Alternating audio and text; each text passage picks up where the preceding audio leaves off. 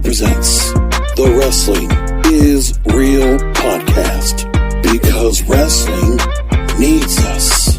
Brought to you by KingofAmazon.com. Go to KingofAmazon.com when you do your shopping for Amazon to help the King of Podcasts. Shop for Amazon at KingofAmazon.com. Let's go. Episode 555 of the Wrestling is Real podcast is on the air. Thank you for listening in, finding the show, however you find the show. Seriously, I'm so glad, even when I made changes to the audio host, moving over from Libsyn to Spreaker to get the audience back, because I know there was a lot of changes. The RSS feed had to get brought down. I had to restore it, and a whole lot of stuff went on with that. So I had lost probably some audience. I know I have quite a bit of that back now, and I'm grateful. I mean, even during the pandemic time, for a lot of you to go ahead and still stick to this program, and also for all of you that have stuck around since 2012 for me doing this show. Bottom of my heart, thank you so much. I really appreciate it. Of course, I'm making it real easy for all of you to go ahead and find the show. WrestlingIsReal.com is the website. Just go right there. You can find how to go to subscribe to the show. Find out how you can follow me, yours truly, and all the episodes are right there for you. Easy to go ahead and find. WrestlingIsReal.com. Actually, there's other episodes I need to get, but there's got to be a time where I have to go ahead and get the archives, which are on another laptop, which crashed on me. But I can still get the hard drive. I just need to retrieve all that equipment, all that out there, get it on there, and then move it over, which I will do someday. And I'm thinking about maybe that's something I got to do during the pandemic while there's this time. Hell, I got like another 6 months or so before things start opening up. No bars, no clubs. We got some restaurants that open. Not really interested in going out with a mask and stuff. So, you got things like that you got to deal with. So, it is what it is. So, with that said, here we are.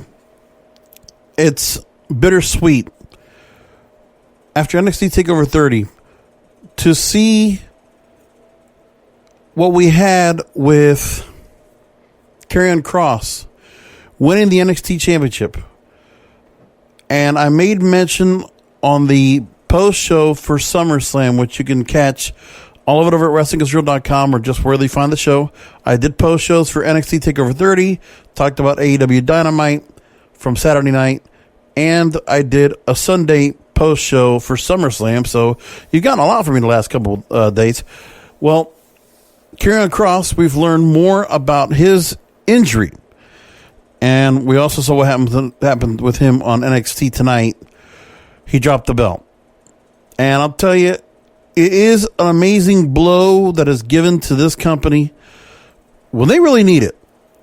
Because I actually went through quite a bit as to how important Karrion Kross is going to be to this company. It is without question that Karrion Kross probably has the most momentum of any wrestler right now in that company. You want to talk about somebody that has grassroots momentum that I believe would really be someone that the fans would get behind. Well, much like we celebrated when Finn Balor defeated Seth Rollins to win the Universal title, right? Be the inaugural Universal Champion. He had to drop the belt. If I'm correct, wasn't it for a shoulder injury as well? And Karrion Kross, same goes here. How unfortunate this guy gets into this company. Short run. And most importantly, it wasn't as if the company was running into the ground with a lot of matches. Like, he was not on the road, not doing live shows. Like, the normal grind of wrestling is pretty surprising to see anyone get hurt right now. Right? So we're looking at that, and I'm saying to myself, wow, how's that possible? But anyway, at any time, it can happen, I guess, and that's unfortunate. And I hate to see that happen to him. It's not what I wanted to have seen, but here we are. Tragic. I must say, very tragic to see Karrion Kross lose the belt. He had to relinquish it tonight, just like that. So Kross was wearing a sling on his right arm due to the shoulder injury he suffered during his match with Keith Lee at NXT TakeOver 30. So he is in pain because of a separated shoulder. Acknowledged he would not be able to defend the world title, or the NXT title, excuse me. left the title in the ring, relinquishing it, but he promised that Doomsday is still coming because everyone pays a toll. And then we learned that later in the night, a 60-man Iron Man match would be announced for next week. And these are all people that have previously gone after this belt in one way or another, or have been the title holder. So, Johnny Gargano, Finn Balor, Tommaso Ciampa, who turned heel tonight again, and Adam Cole will go in a 60-man Iron Man match. I don't know of a 60-man Iron Man match where you have 4 guys in the ring. That's a hell of that's a takeover match. That's a takeover in itself almost. So, credit where credit's due. We know that AEW Dynamite is going to be doing their go-home show for All Out, or All In. I keep doing that all the time, don't I? All Out for September 5th. They're going to be putting that together. And that Wednesday night is going to be massive. I don't know how they're going to do it, but to put that match up there in competition with AEW, it's a match I wish they would not put on a TV that would actually have it on as the next takeover, but obviously they want to have a champion here, so they're going to quickly crown a new champion right away. No waiting about it, no tournament, no nothing. 60-minute Iron Man match, fatal 4-way, basically, for the NXT title. It's a hell of a match.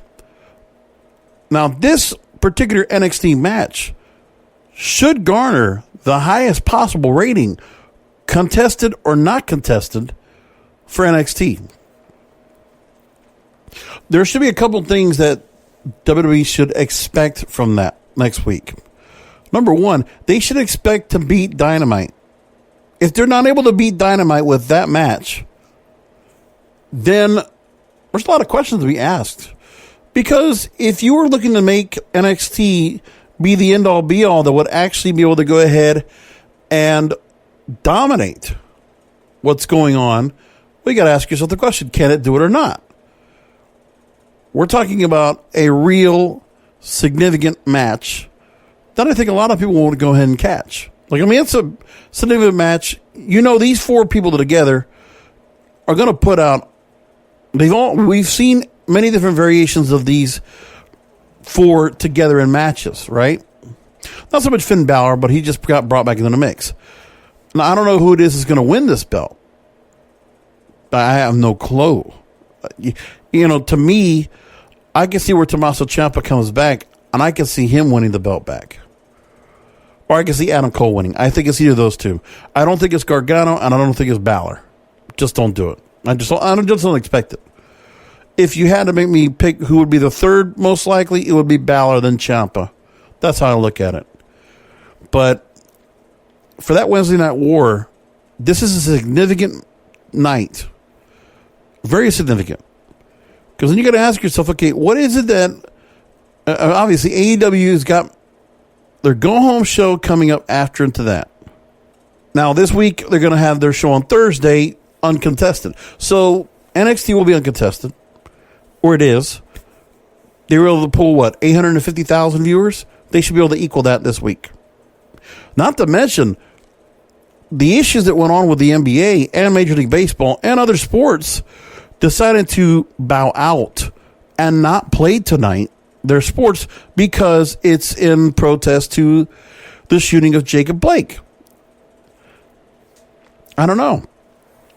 I think that really does play a factor. I think without that sports, they might even get a little more of a bump. NXT, uncontested, they could possibly hold 900,000 viewers. I don't see why they couldn't. And that's significant for them. That will be back closer to where they were originally. At least getting closer to where they originally were when they brought NXT over to be live beforehand, right? So that's significant to go and talk about. When you look at the full ratings for NXT against head-to-head with Dynamite, when you look at NXT across the board, again, 853,000 was the highest number they had reached at all in 2020. If I go look back at last year's ratings, remember, their highest ratings that they got were when they were uncontested. 1.179 and 1,006,000 viewers. That's what they got. And then the highest they ever got in the show's history since it moved to Wednesday night was 916,000 head-to-head with AEW Dynamite. And that was the Survivor Series episode from the week of November 18th. That would have been November 20th of 2019. That was when they had the basic takeover where Raw and SmackDown invaded NXT, leading up to Survivor Series. They go home to that. So they haven't reached that point, and again, this is a chance for them to get there. And it gives them the relevance to stay on Wednesday nights. Not like I think they're going to be moving anytime soon, but that's where they are. With that said, could AEW look at what they're doing with the way their show performed in the last few weeks? Like, it did perform very well going into Saturday night. Got to make mention of that. That they did really do well with that particular broadcast. And that was, remember, you had NXT TakeOver. That was competition for them at the onset of that show. And you're on a Saturday night. You're not even starting the show on time because the Miami Heat were taking on the Indiana Pacers. Game was expected to end at roughly 6:15. Did not finish till about 6:40, 6:45 p.m. Eastern. So off time, you didn't get it right on time, and the show still, either between both shows, scored high ratings. But again, looking at the details of what happened, again, AEW Dynamite drew 755,000 viewers on average. And that was actually down just less than 5% of the normal ratings in that normal time of their average. You put those together, about 1.6 million viewers, and which is how it has been, as we know. NXT beat Dynamite for the week in total viewers. Dynamite topped NXT by 29%. In the 18 to 49 demo, a 0.31. NXT got a 0.24. So again, the younger audience followed AEW Dynamite to Saturday night. AEW unquestionably has a younger audience. And the younger audience I identify as those who have been watching since maybe, say, the Ruthless Aggression era. Maybe they've heard or they watched a lot of clips of the Attitude Era, but they're not old enough for that.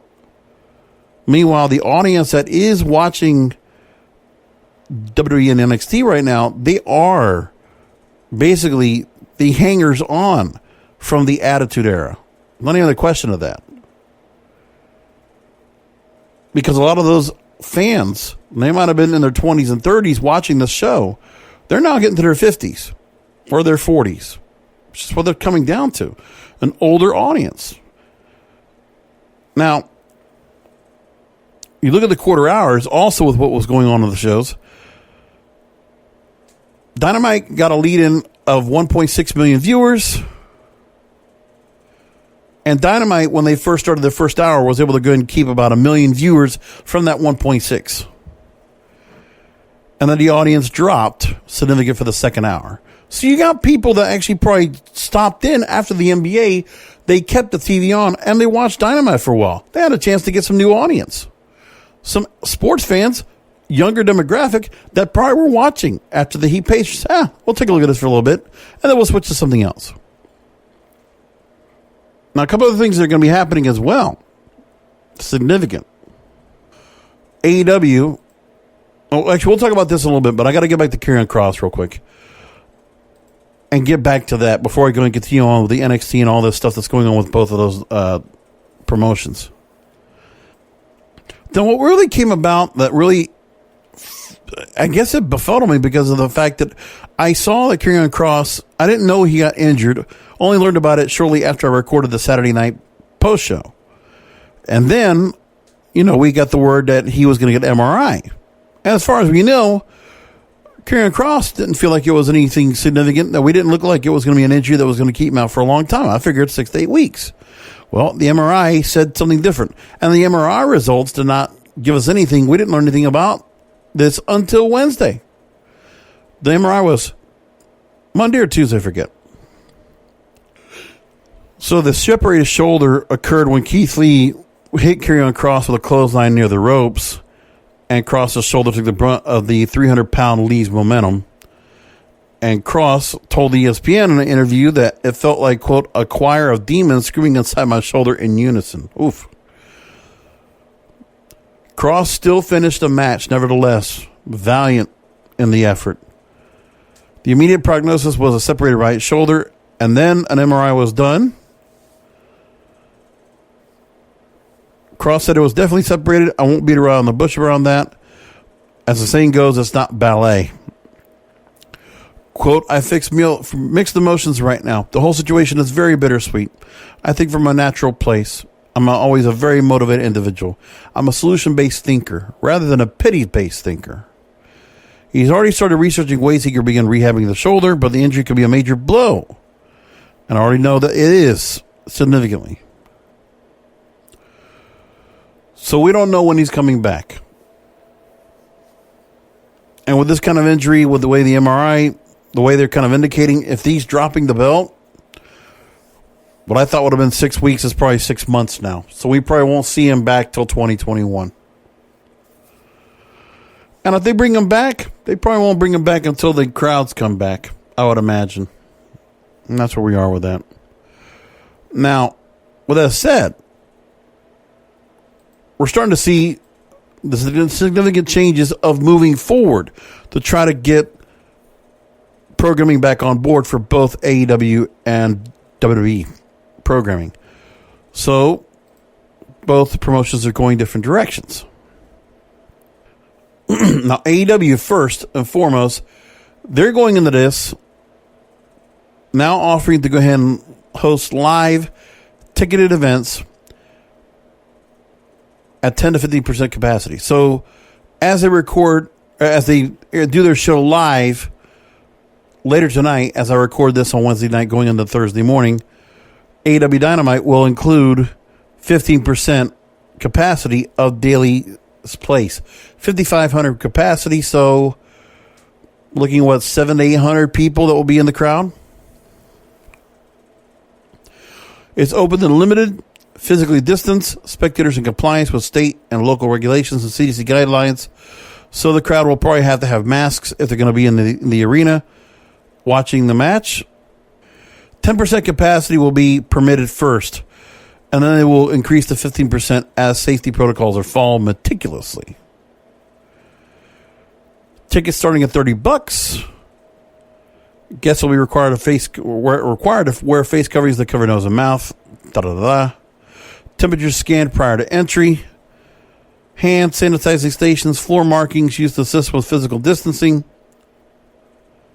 And also they have industrial fans that are in the arena so that they'll have circulation throughout, no stagnant air. And all tickets being bought online. No physical ticket sales. Now the other side is different because we're also talking about the issues when it comes to with WWE. Because the ThunderDome came about, but of course, you know, this is a very finicky crowd. And, you know, if you know wrestling Twitter, you know that this crowd probably does the same thing. You got a lot of trolling going on out there. Well, some fans decided to go that route. They wanted to go and be able to do what they would normally do at a show, start putting out signs and things they want to put out to just get some attention. And so WWE has to worry about that now. So first off is this. It was a virtual fan. Oh, God. I cannot talk today. It was a Ku Klux Klan video that he aired during Monday Night Raw. Screen was visible, aired a video of a man in a KKK garb, complete with a white hood. You could clearly see it during the main event on USA Network. KKK video, there were other clear violations in terms of a fan who aired a video of a man getting his throat slit. Another fan who broadcast a photo of disgrace performer Chris Benoit. And there you go. Some of these things that people just want to go and do because they're going to do it anyway. Not much that can be said about that. And then WWE decided to go ahead and start figuring ways on how to prevent this. So, of course, nobody even thought about taking care of this beforehand. You didn't think this would actually happen, getting fans back and giving them this opportunity with a screen that is big enough for the people that can put stuff out there. Like I can easily see Fire Velveteen Dream from the stands when they had him out there.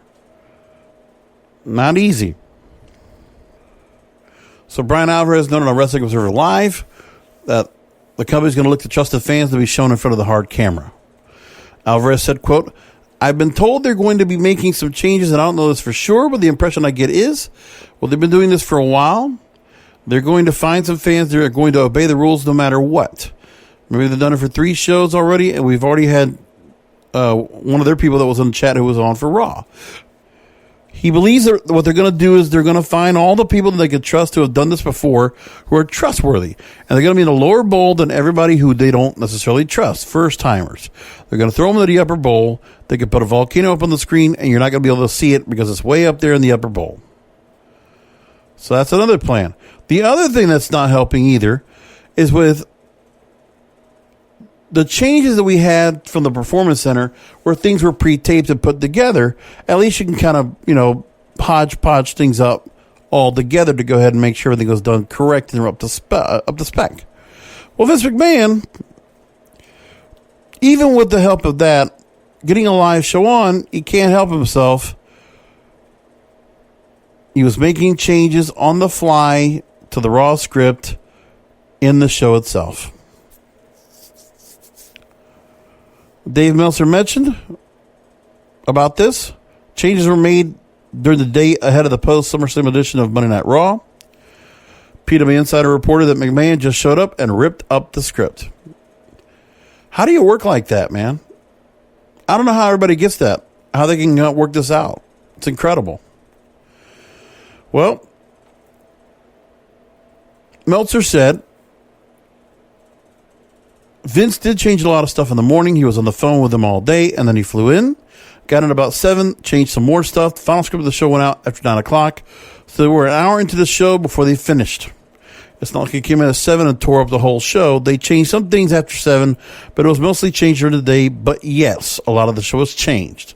The Raw Underground stuff, that stuff is actually taped in the afternoon, so they couldn't change that. But obviously, he did change some of it because they spent a week building up Ivar and Dolph Ziggler. So WWE did advertise that match for the Raw Underground segments, but the match never happened. And Meltzer goes on to say, "Don't ask me for common sense on this. I just know that it was canceled. I guess the idea that they just wanted Lashley to kill Dolph Ziggler and not worry about that arm wrestling match that he had done. We wanted Bobby Lashley to get his heat back because he was going to lose the arm wrestling match. I don't know. Bobby Lashley beat like 4 guys, and Ivar was one of them. How do you make sense of something like that? Again, they changed the whole show, but they didn't change any of the pay-per-view numbers or pay-per-view matches." This is one of those nights I don't want to go ahead and rant and rave for another half hour to try to make my point about this. There's got to be some weeks when I do this show where I just don't want to go ahead and just get onto a rant and just blow off some steam. It's not a night for me to do that. At this point, I just feel bad because Karrion Kross got screwed when I want this guy to be doing so well because there's just such an upside for him that I think that he was getting the good upside. This stumble right now happens to too many wrestlers, too many stars that come into the play. Remember when Lars Sullivan came into play and he got hurt and he hasn't come back. Not like I want him back, but then we just see other stars the same way. Finn Balor taking a long time off. Seth Rollins getting multiple times injured. Like, it's just these things that happen just too much. And I don't know what to think about it, but this company constantly gets these things. And I don't know what it is, but there's just something where these matches, where they just have matches the way they're set up. There's not a lot of ways. I mean, yes, people get injured, but man, I don't see other companies having that same problem where they constantly have, well, here's a champion they got, and all of a sudden, injury, got to drop the belt. That happens so much. It happens so much in this company altogether. And I don't know what that's supposed to be for anybody else, but when I look at all this going on, it sucks. It really does suck, and it's just bad. But nevertheless, what are you going to do? Like I said, I'm not going to get into a big deal about this all and make a big rant and rave about it. I don't want to do that. And I think more than anything else, it just feels kind of odd where, this company, they need to find a way to get themselves into a right direction and kind of work things out. And again, you got the ThunderDome. It brought you viewers. Both shows, Raw and SmackDown, made over 2 million viewers. So there you go. You got that working for you. So instead of going with what Paul Heyman was doing in the Performance Center, you take it out. And what Paul Heyman gave you, which was getting you 2 million viewers, close to 2 million viewers on Raw, and then on SmackDown you were doing your own thing and already getting 2 million viewers plus. Okay, so you do this. Is the 2 million viewers setup that's coming up now for Raw, is that going to stay around next week? With Keith Lee, you put him out there new music. You make sure he covers up his gut because Vince McMahon doesn't want to see it. And Keith Lee doesn't win, right? So, there you go. What are we doing right now, huh? I mean, again, this company needs to make significant change. Now, yes, the ThunderDome is nice to look at, but you only got a limited window as to how people are going to keep watching that. Because at this point, I'm already at the point where, I can watch the show and ThunderDome just looks like commonplace. It's the new smell, the new car smell is gone. There's nothing left of that. So I don't know. Not much to go more off of that. I don't want to go any farther than that. I just feel like with myself, let's see what they do. They need to make some more changes. SummerSlam, we're in the off-season badly now. Because again, after this, now we do have Payback coming up this week. I guess I should talk about that. Almost forgot they actually got a pay-per-view this week, so I guess I'll be doing another post-show for that. Why they're doing another show in a week, notice, I don't know, but they are. And they set up matches. So we have so far the Fiend Bray Wyatt versus Roman Reigns versus Braun Strowman, for the Universal Championship. That's already set up. Sasha Banks and Bayley will take on Nia Jax and Shayna Baszler for the women's tag team titles. Apollo Crews takes on Bobby Lashley for the U.S. title. And Keith Lee versus Randy Orton rematch. Okay. If I got to pick matches right now and who's going to win those, Roman Reigns, I think, wins the title for the Universal title. I think he takes that up. I'll take it for Sasha Banks and Bayley will retain the tag team titles. Because I think Nia Jax will be the one that takes the pin. Let her eat the pin, not Shayna Baszler. And again, Shayna Baszler being booked badly right now. Just got to say that too. And I guess Keith Lee will get his win over Randy Orton on Sunday night. That's how it looks like. That looks that way for me. So yeah, Payback coming this weekend. I guess I'll be around to do a post show for that. Not overly amazed or stoked about it, but yeah, hey, they're doing it. And again, grading on the curve. Mediocre is mediocre. And there's so much more this company needs to do to get themselves back up on a particular pedestal. And start getting some momentum again. Of which they don't have. The one person I thought that had real momentum right now in that company, Karrion Kross. And with a K, crossed out. And it's too bad. You know, what are you going to do? We're going to leave it there. So again, remember, I will come back for a post show this coming Sunday night after Payback. Come back for another Wrestling is Real podcast because wrestling needs us. Thank you for listening to the Wrestling is Real podcast, brought to you by KingofAmazon.com. For more information on how to subscribe to the show, how to share the Wrestling is Real podcast to listeners like you, and check out the latest wrestling headlines, go to WrestlingIsReal.com. That's WrestlingIsReal.com.